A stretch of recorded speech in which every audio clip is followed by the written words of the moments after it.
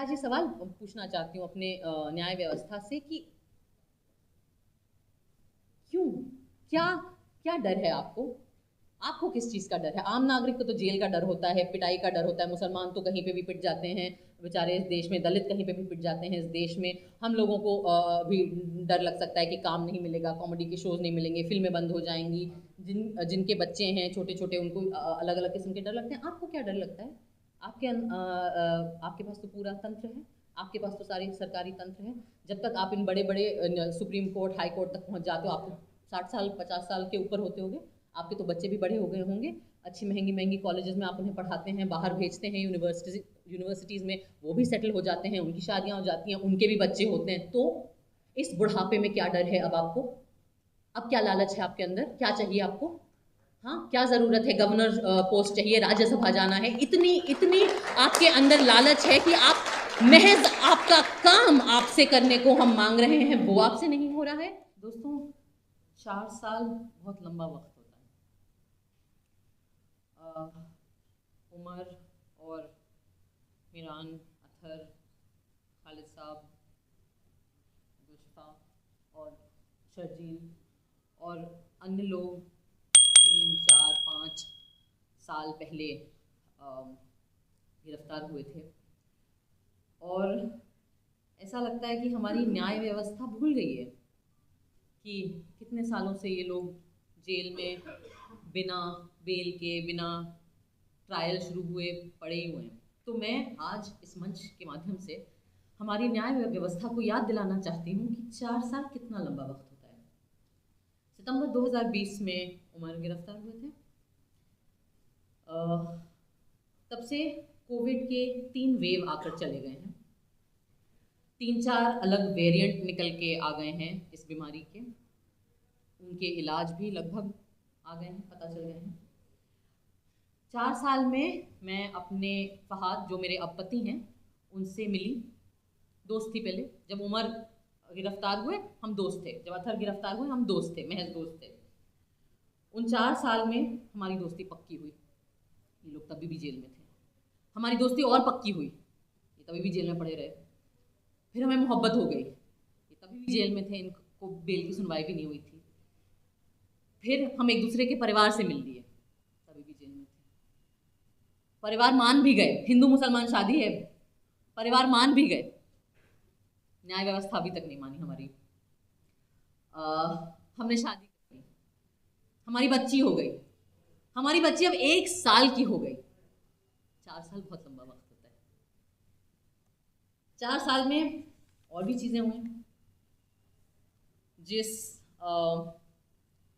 गोदी media independent alternative media की बात नहीं कर रही, आप लोग सच्चे दिल से अपना काम करते हैं, हम उसके आभारी हैं। 4 साल में जिस गोदी मीडिया ने उमर के खिलाफ, इन सब लोगों के खिलाफ इतना विट्रियोलिक, इतना जहरीला कैंपेन चलाया था, वो गोदी मीडिया नंगी हो गई इन 4 साल में। उन्होंने उन 4 साल में और भी अलग अलग तरह के विक्टिम ढूंढे जिनके ऊपर मीडिया ट्रायल चलाया जा सकता हो। कई सारे मुसलमान थे, मुसलमानों के साथ तो सबसे आसान बात है, उन्हें आतंकवादी घोषित कर दीजिए या गद्दार घोषित कर दीजिए, पर उनके अंदर ये जहर इतना भर गया और ये ब्लड लस्ट, मैं कहूँगी एक्चुअली वही शब्द होना चाहिए, कि ये जो भूख है एक तरीके से खून की, एक्चुअली वो इतनी आउट ऑफ कंट्रोल हो गई कि वो मुसलमानों को छोड़ के और लोगों पर भी आ गए, बॉलीवुड पर भी आ गए। रिया चक्रवर्ती भी मिल गई उन्हें, शाहरुख खान के बेटे को भी न बख्शा उन्होंने, और तमाम ऐसे लोग। लेकिन इस पूरी प्रक्रिया में हुआ ये कि इन 4 साल में वो भी नंगे हो गए। आज की तारीख में आप लोगों के वीडियो और पॉडकास्ट फिर भी लोग देख लेते हैं, लेकिन आम जनता भी अब जब अर्नब गोस्वामी या उनके उसके जितने भी ट्रू कॉपी वर्जन हैं और उसके जितने गरीब वर्जन हैं उनको सुनती है, वो भी जानती है कि ये झूठ फैला रहे हैं। 4 साल में और भी चीज़ें हुई। जिन लोगों को 56 इंच के कपड़े फिट आते थे, उनके कपड़े नॉर्मल साइज़ के हो गए हैं। जो लोग 400 पार करने गए थे, वो 240 में निपट गए। 4 साल में हमारे न्याय व्यवस्था के जो माननीय न्यायाधीश हैं, उन्होंने भी कई जगह जाके न्याय की परिभाषा पर कई भाषण और एलोक्यूशन कंपटीशन और रिसाइटल दिए, अलग अलग कॉलेजेस में, अलग अलग विश्वविद्यालय में, दुनिया के अलग अलग देशों में भी। 4 साल में इस देश का एक कन्विक्टेड, मैं नहीं कह रही हूँ, हमारी न्याय व्यवस्था ने जिसको कन्विक्ट किया है रेप का, वो इंसान राम रहीम, वो भी 4 साल में 10 बार बेल और परोल पा गया। 4 साल में गुजरात सरकार ने नई किस्म की बेशर्मी की हदें पार करी और बिल्किस बानो के कन्विक्टेड रेपिस्ट को अच्छे व्यवहार के तहत उस पे ज़्यादा चू भी ना हुई पहले तो। फिर जब आउटरीच बना सोशल मीडिया पे, इंडिपेंडेंट मीडिया में जो एक्टिविस्ट लोग हैं उनके तहत, 4 साल में चलो गिर के सुप्रीम कोर्ट ने उस कन्विक्शन को, उस रिहाई को भी ओवरटर्न करने का टाइम आ गया। लेकिन 4 साल में हमारी न्याय व्यवस्था को इतना वक्त नहीं मिला कि जिन लोगों को, और ख़ास करके वो चुनिंदा लोग, मैं उस पर भी आना चाहूँगी कि जिन लोगों को झूठे इल्ज़ामात तहत, और जो सबको पता है क्योंकि वीडियो एविडेंस है, आज की डेट में अलग अलग मीडिया पे काफ़ी सारा एविडेंस है, झूठे इल्ज़ामात के तहत गिरफ्तार किया गया, उनके खिलाफ, कई लोगों के खिलाफ ट्रायल भी उन्होंने शुरू करने का वक्त उन्हें नहीं मिला। मैं आज आपसे एक बात शेयर करना चाहती हूँ, आई डोंट नो कितने लोगों को पता होगी। जिस केस में उमर जेल में है अभी, या वन ऑफ द केसेस जिसमें उमर जेल में है अभी, उस केस में कई पिटिशन दाखिल हुए थे, उनमें से 2-3 में मेरा भी नाम था, क्योंकि जिस तरीके से CNRC में उमर अलग अलग जगह पे जा रहा था, हम लोग, कई लोग जा रहे थे अलग अलग जगहों पे भाषण देने और बात करने और अपनी राय रखने, हम भी गए, मैं भी गई थी। और मुझे याद है जिस तरीके से सब लोग सोशल मीडिया का इस्तेमाल कर रहे थे, हमने भी किया था। और जिस रात JNU पे अटैक हुआ था, मुझे याद है जनवरी 5 वो रात थी, और 5th आई थिंक, है ना। और ऑब्वियसली मैं बम्बई में शूट करी थी, मुझे याद है, और मेरी माँ JNU में उस वक्त प्रोफेसर थी, अब वो रिटायर हो गई हैं, और मैं ऑब्वियसली बहुत परेशान थी। और मैंने कई ट्वीट करे लोगों को बताते हुए, क्योंकि JNU के स्टूडेंट्स हम लोगों को मैसेजेस कर रहे थे, वीडियोस भेज रहे थे, और मैं वो वीडियोस पोस्ट करके कह रही थी कि JNU में ये हो रहा है, सड़कों पे आइए, आप लोग सड़कों पे आइए, पीसफुल JNU के गेट पे आइए, वहाँ इकट्ठा होइए। तो जिस तरीके का क्लिप उमर का सर्कुलेट हुआ था, जिस पर फाइनली उसके ऊपर अरेस्ट हुआ, उस तरीके के मेरे ट्वीट्स को भी लिया गया था, और मेरा भी नाम कई पिटिशंस में आया। और जैसा कुणाल ने कहा, आई सपोज ये मेरे एक्सीडेंट ऑफ माई बर्थ जिसको कहते हैं, कि इत्तेफाकन मैं हिंदू घर में पैदा हुई, इत्तेफाकन मैं एक सवर्ण परिवार में पैदा हुई, इत्तेफाकन मैं ऐसे परिवार में पैदा हुई जो खुद पढ़ा लिखा था अंग्रेज़ी माध्यम में, इत्तेफाकन मैं अंग्रेज़ी माध्यम में पढ़ी लिखी हूँ और बोल सकती हूँ, और इत्तेफाकन मैं बॉलीवुड में की फिल्मों में काम कर चुकी हूँ। इसलिए शायद जिन लोगों ने उमर को उन्हीं केसेस में, और बाकी साथियों को, मिरन को, अतर को और गुजवा, बाकी लोगों को उन्हीं केसेस में अरेस्ट किया, उन्हें लगा कि शायद ये ज़्यादा हो जाएगा। आप एक मुसलमान को आतंकवादी बता सकते हो, लेकिन शायद एक Hindu x naval officer, teacher, professor mother की बेटी को आतंकवादी बताना थोड़ा ज़्यादा हो जाएगा, कन्वीनियंट नहीं होगा हमारी मीडिया के लिए। उसमें शायद ऐसा हो सकता है कि आप जो झूठ, जो जहर फैलाते हैं, वो लोग नहीं सॉलो करें बाकी उतनी आसानी से। तो मुझे अक्सर लोग बोलते हैं कि क्यों तुम इतना चपड़ चपड़ बोलती हो, तुम चुप क्यों नहीं रह सकती हो, तुम्हें अपनी फिल्मों में काम करने में तुम क्यों संतुष्ट नहीं हो, तुम्हें क्या ज़रूरत है कि हर मुद्दे पे, हर ऐसे सामाजिक मुद्दे पे, पॉलिटिकल मुद्दे पे, न्याय के मुद्दे पे तुम अपना मुंह उठा के बात करती हो। और मेरा जवाब हमेशा यही होता है, क्योंकि मैं इसलिए आज आज़ाद घूम रही हूँ यहाँ पे, स्वतंत्र हूँ, अपनी ज़िंदगी जी रही हूँ, अपनी बच्ची की बर्थडे पार्टी मना रही हूँ, बढ़िया शादी करी मैंने, ढोल बजवाए, क्योंकि इत्तेफाकन मुझे एक प्रिविलेज मिल गया मेरी आइडेंटिटी का, और वो जो मेरा प्रिविलेज है वो अब मेरी जिम्मेदारी है कि जिन लोगों को इत्तेफाकन, जिनके नाम मुझसे अलग हैं, या जो मुसलमान नाम हैं, या जो दलित नाम है, या जो माइनॉरिटी के नाम हैं, उनके ऊपर अगर जुल्म हो, तो मुझे जो चीज़ जो मेरी रक्षा कर रही है, मेरी जिम्मेदारी है कि मैं उस प्रिविलेज के दम पर अपनी आवाज़ उनके लिए उठाऊं।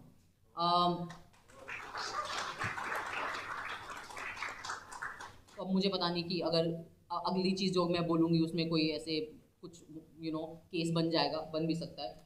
हमारे देश में आजकल कमाल तो ये है कि किसी भी बात पे केस बन सकता है और हो सकता है आपके ऊपर। मैंने कहीं पढ़ा था कुछ महीने पहले, और दोनों ने भी मुझे बताया था कि उमर की एक डेट आने वाली थी बेल की, और उसके पहले ही जो न्यायाधीश थे जिन्होंने सुनना था वो केस, उन्होंने अपने आप को रेक्यूज कर लिया। तो पहले तो मुझे समझ नहीं आया कि रेक्यूज क्या होता है। मैंने ये वर्ड पहले सुना नहीं था, तो मैंने उसको गूगल किया, और उन्होंने ऐसे अपने आप को निकाल लिया उसमें से कि नहीं, मैं नहीं समझता कि मैं काबिल हूँ कि मैं ये केस सुन सकूँ। क्यों काबिल नहीं हुआ? बड़ी पढ़ाई लिखाई करी होगी आपने जज बनने के लिए, कई सालों से आप आई एम अज्यूमिंग हमारे ही टैक्स के पैसों की तनख्वाह आ रही होगी आपको, हमारे ही टैक्स के पैसों से जो घर बनते हैं सरकारी, उनमें आप रह रहे होगे, हमारे ही टैक्स के पैसों से जो पर्क्स आपको मिले हैं उन पे आपकी ज़िंदगी कंफर्टेबल है। तो आपको क्यों ये हक है अपने आप को रिक्यूज़ करने का अपनी जिम्मेदारियों से? क्या ये हिंदुस्तान के नागरिकों के साथ गद्दारी नहीं है? हो सकता है आपको लगे कि मैं बहुत भारी भरकम शब्द इस्तेमाल कर रही हूँ, लेकिन आपको नहीं लगता कि जिन लोगों को के हाथ में सत्ता दी गई है हमारे इस लोकतांत्रिक व्यवस्था के थ्रू, जिन्हें, तो आपको नहीं लगता कि उस सत्ता की जिम्मेदारी आप पर बनती है? आपको नहीं लगता कि जो प्रिविलेजेस आपको मिले हैं अपनी पोजीशन की वजह से कम बेसिकली आपको सिर्फ इतना कहा जा रहा है कि आप अपना काम करें, आप केस पढ़ें, आप अपनी बुक्स देखें, आप अपना कॉन्स्टिट्यूशन देखें, आप जो भी आईपीसी देखें, और आप उसके ऊपर डिसाइड करें। इसका आपको वक्त नहीं मिल रहा है। कपिल सिब्बल साहब ने कहा कि मुझे 20 मिनट दे दीजिए, आपको 20 मिनट नहीं मिल रहे हैं। माननीय प्रधानमंत्री के साथ आपको गणेश पूजा करने का बहुत वक्त मिल गया था, पर अपना काम करने के लिए 20 मिनट नहीं मिलते हमारे न्यायाधीशों को। एक जस्टिस थे, शायद उनका नाम बोपन्ना जी था, उन्होंने कहा मुझे 2 मिनट लगेंगे उमर का केस में वर्डिक्ट सुनाने में। बड़ी अच्छी बात है, बड़ा आपने सीना ठोक के दावा कर दिया, तो 2 मिनट नहीं मिले आपको। मैं इसलिए ये सवाल पूछना चाहती हूँ कि अक्सर हम बड़ी आसानी से नेताओं को गालियाँ देते हैं, बड़ी आसानी से पुलिस को गाली दे देते हैं, हम बड़ी आसानी से एक दूसरे को गाली देते हैं, लेकिन न्याय व्यवस्था से कोई भी सवाल उठाने में बहुत डर लगता है, क्योंकि कंटेम्प्ट ऑफ कोर्ट हो जाएगा। यहाँ जितने लोग बैठे हैं हम श्योर उन सब पे लग चुका है। कुणाल के ऊपर तो ऑलमोस्ट ये गए थे अंदर, ऑलमोस्ट, फिर बच गए थैंक्स टू इत्तेफाकन accident of birth, surname Kamra है इनका। मेरे ऊपर भी लगा था 2 बार कंटेम्प्ट ऑफ कोर्ट, लेकिन वो इतना बेवकूफ़ी भरा एलिगेशन था कि उन्होंने लिया ही नहीं। तो आज मैं पता नहीं, शायद नई आईपीसी में कंटेम्प्ट ऑफ कोर्ट हो ही ना, मैंने देखा नहीं। अपनी इग्नोरेंस का मैं फ़ायदा उठा के आज ये सवाल पूछना चाहती हूँ अपने न्याय व्यवस्था से कि क्यों, क्या डर है आपको किस चीज़ का डर है? आम नागरिक को तो जेल का डर होता है, पिटाई का डर होता है, मुसलमान तो कहीं पे भी पिट जाते हैं बेचारे इस देश में, दलित कहीं पे भी पिट जाते हैं इस देश में। हम लोगों को भी डर लग सकता है कि काम नहीं मिलेगा, कॉमेडी के शोज़ नहीं मिलेंगे, फिल्में बंद हो जाएंगी, जिनके बच्चे हैं छोटे छोटे उनको अलग अलग किस्म के डर लगते हैं। आपको क्या डर लगता है? आपके पास तो पूरा तंत्र है, आपके पास तो सारे सरकारी तंत्र हैं। जब तक आप इन बड़े बड़े सुप्रीम कोर्ट, हाई कोर्ट तक पहुँच जाते हो, आपको 60 साल 50 साल के ऊपर होते होंगे, आपके तो बच्चे भी बड़े हो गए होंगे, अच्छी महंगी कॉलेजेस में आप उन्हें पढ़ाते हैं, बाहर भेजते हैं यूनिवर्सिटीज़ में, वो भी सेटल हो जाते हैं, उनकी शादियाँ हो जाती हैं, उनके भी बच्चे होते हैं। तो इस बुढ़ापे में क्या डर है अब आपको? अब क्या लालच है आपके अंदर? क्या चाहिए आपको? हाँ, क्या ज़रूरत है? गवर्नर पोस्ट चाहिए, राज्यसभा जाना है, इतनी आपके अंदर लालच है कि आप महज आपका काम आपसे करने को हम मांग रहे हैं, वो आपसे नहीं हो रहा है। इस देश का हर नागरिक कुछ चंद माननीय न्यायाधीशों के ईमान पर हमारी जिंदगियां टिकी हुई हैं आज के वक्त में, क्योंकि हर दूसरा इंस्टीट्यूशन अपना काम नहीं कर रहा है। हरतोष सर ने बात करी दूसरी सरकारों की, उन्होंने अपना काम नहीं किया। कुणाल ने बात करी मीडिया, गोदी मीडिया की, मेन स्ट्रीम मीडिया की, वो अपना काम नहीं कर रही। पुलिस तो हमारी खैर वाह ही है, वो अपना काम नहीं करती।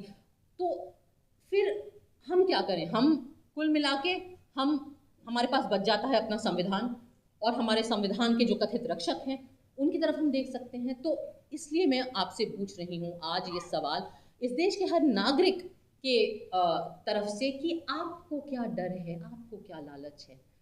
आप ऐसा कैसे होता है कि आप लोग अपना बेसिक काम नहीं कर पाते हैं, इतना वक्त आपको लग जाता है, और वो भी जब हर अति पार हो जाती है, तब आपके अंदर जब स्टेट्स के चीफ मिनिस्टर अरेस्ट होने लगते हैं, जब इतना सर से पानी इतनी ऑब्वियस चीज़ें हो जाती हैं, उसके बाद इलेक्शन आ जाता है, फिर 400 पार नहीं होते, आप हार ही जाते हैं, आपको बैसाखी की सरकार चलानी पड़ रही है, तब हमारे माननीय न्यायाधीशों को वक्त मिलता है कि वो बेल की सुनवाई लोगों की करना शुरू कर दें।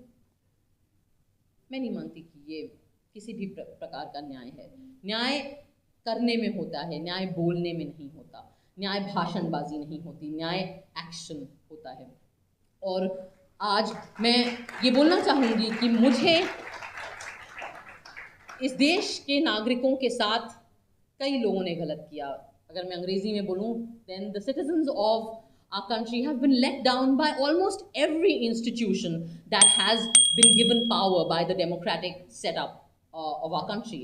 But I don't believe that any institution has let down the citizens of our country like the judiciary of this country. And I think that's a crying shame. शर्मनाक है ये बात।